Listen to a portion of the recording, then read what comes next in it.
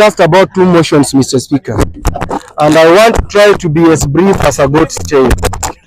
Mr. Speaker, I know the DCIs and the policemen who are sent here.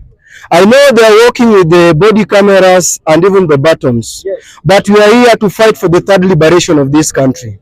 I want to talk about the demise of CDF Gen.Ogola. This is a state-planned thing. Even if you will arrest us, the jails were built because of us. And even if you arrest somebody like Victor Solomon, some other people will remain down here to fight for Kenyans. You can't tell us a whole general using a chopper, which was last used 2 months ago. Leave alone that. This is a very experienced pilot. And you want to tell us that he only passed on lightly.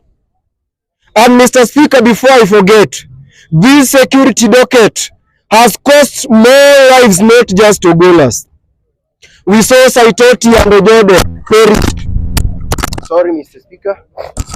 Perished in a plane crash. We saw Kaiseri also perished. And nobody can explain how he lost his life. The very way we can't explain how Ogola lost his life through a plane crash. And even if you dig deep into this, Mr. Speaker, the only man who escaped this crash never used any protective gear that people who are boarding a plane should have. There is a big question.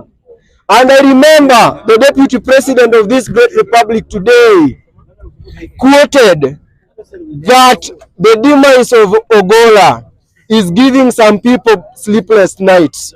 We are very sorry and the nation is very sad. Even the weather itself is very sad. We are mourning a great loss. I'm done with that. Mr. Speaker, to conclude with the issue of the whites supporting an aspirant from Djibouti to vie for the AU chairmanship. Mr. Speaker, let me tell you, and the others in this noble house, if you don't know, the only surviving Pan-African is Raila Amolo Odinga. And for him to ascend to this position will be as hard as what I don't know. Will be as hard as what I've never seen.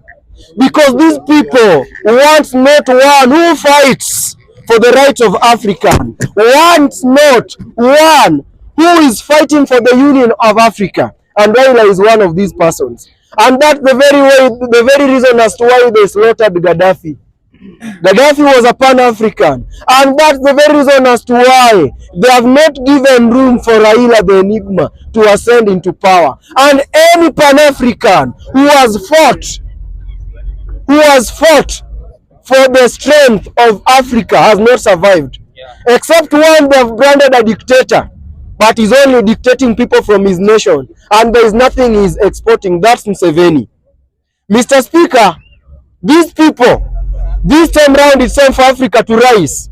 For us to prove that we are in post-colonial era and the whites have no right to control us on what's right. And this is a very stern warning to the American country.